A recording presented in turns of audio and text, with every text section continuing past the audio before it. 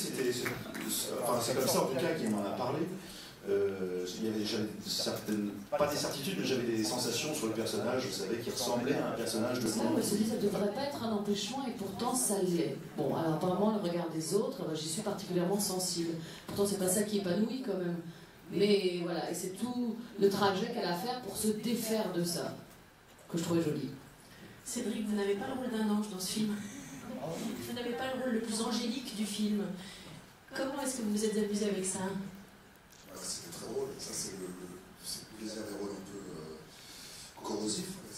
Je trouvais les situations très, très drôles. Mon inquiétude c'était pas être drôle.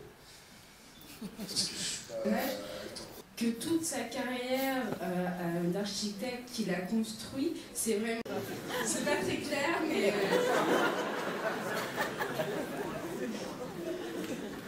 J'ai fini. Je sens que là, ça te brûle. Comment te dire? Et tu vas rire? J'en ai aucune idée. Pas du tout. Déjà, je sais pas lire, j'ai pas bien compris ce que j'ai joué, j'en sais rien. Non mais franchement, en plus, je me posais pas de... Tu peux synthétiser? C'est quoi la question en fait? Est-ce que t'as mis un truc au milieu?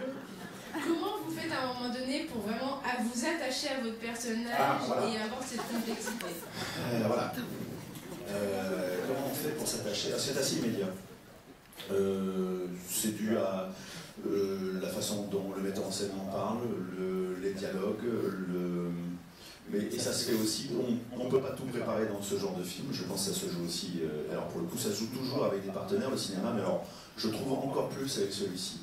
Le regard de Virginie était plus qu'important pour la fondation, pour construire mon personnage, pour me sentir bien, pour me sentir radieux, pour me sentir solaire. C'est ce que je sentais à l'écriture, mais c'est vrai que il a commencé véritablement à exister grâce à Virginie, grâce à son regard.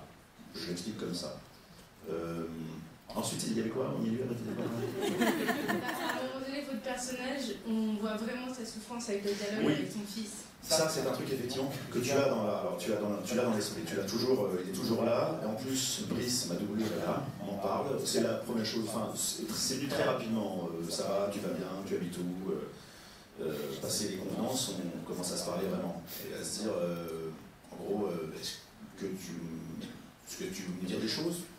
Me parler de tes souffrances, des mauvaises blagues que tu peux entendre depuis que tu es né. Il y a une phrase notamment dans le film qui a été reprise, enfin je lui ai demandé l'autorisation.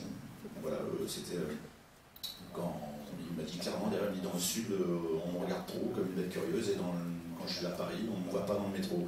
C'est un peu ça ma vie. Voilà. Et puis les colibets, les vannes, voilà.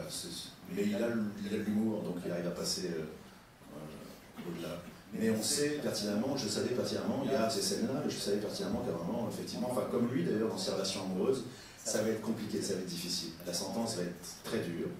Et en plus, la façon dont elle le fait, enfin, je sais pas, cette scène, moi je l'aime beaucoup cette scène de rupture, quand elle lui dit t'es un homme extraordinaire, il le sait déjà, ça va lui tomber dessus. Et c'est éternel, et à chaque fois ça va être ça. Donc il vit toujours avec cette épée de noblesse en se disant.